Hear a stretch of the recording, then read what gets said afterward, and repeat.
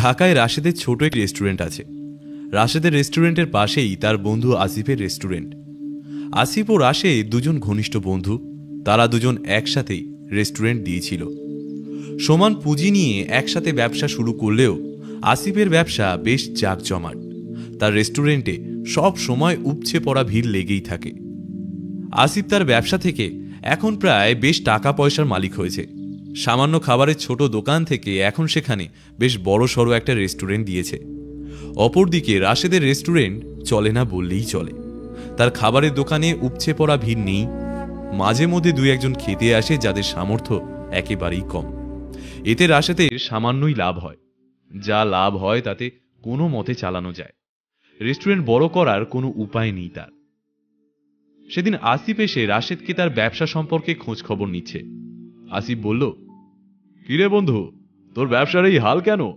একসাথে সমান পুঁজি দিয়ে ব্যবসা শুরু করলাম, আর তুই এখানেই পড়ে আছিস। রাশেদ বলল, জানি না বন্ধু, কোনোভাবেই ব্যবসায় অগ্রগতি হচ্ছে না।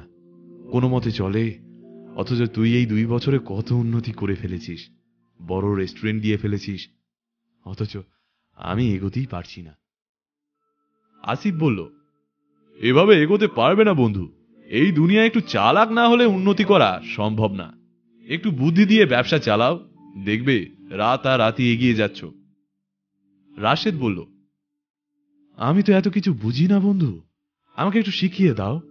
এভাবে চললে তো ব্যবসা বন্ধ হয়ে যাবে।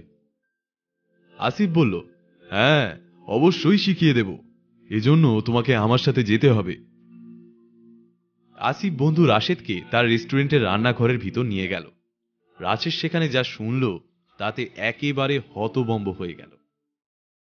আসিফ বলল, বুঝেছ বন্ধু, প্রতিদিন কিছু মরা মুরগি কিনলেই হয়ে যায়, আর সাথে পুরনো মাংস মিক্স করে করি, আর তাতেই তৈরি হয় বিরিয়ানি, কাবাব, কালিয়া, সব আইটেম। এতে প্রতিদিন প্রায় 20,000 টাকা এক্সট্রা বেঁচে যায়, আর লাভ তো আছেই।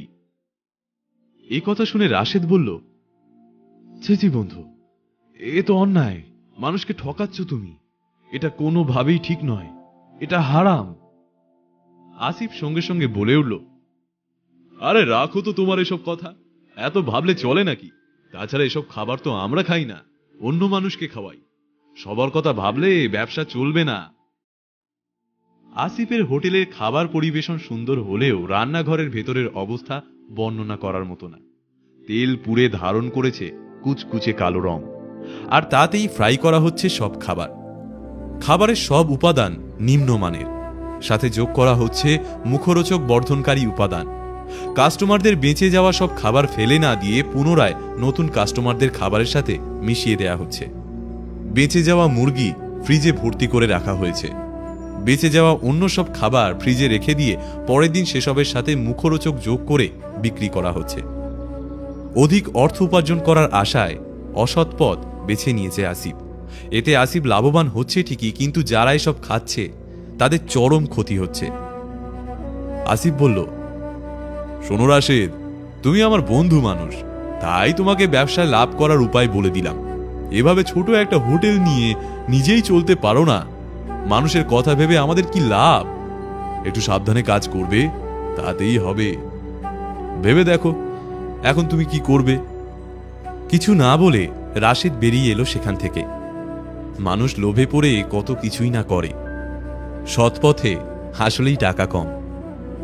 এই যে তার রেস্টুরেন্ট দেখতে জাঁকজমকপূর্ণ না হলেও খাবার মানসম্মত, পরিষ্কার পরিচ্ছন্নতার সাথে খাবার তৈরি হয়।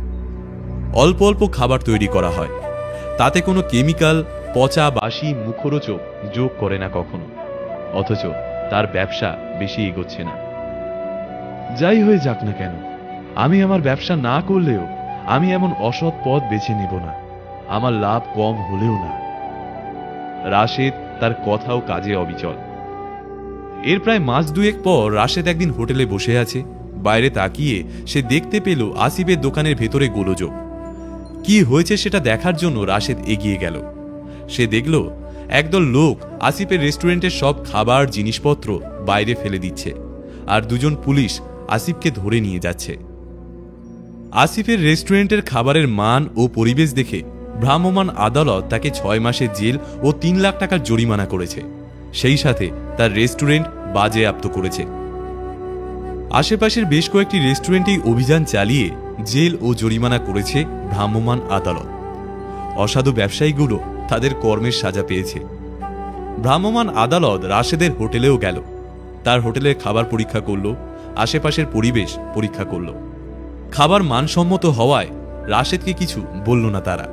বেশ কয়েকজনকে পুলিশ গ্রেপ্তার করেছে।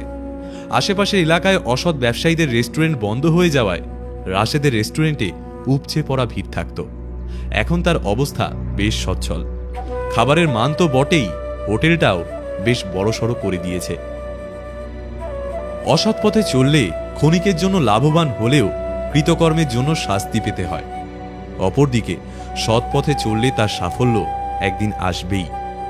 আমাদের উচিত সঠিক পথ অবলম্বন করা।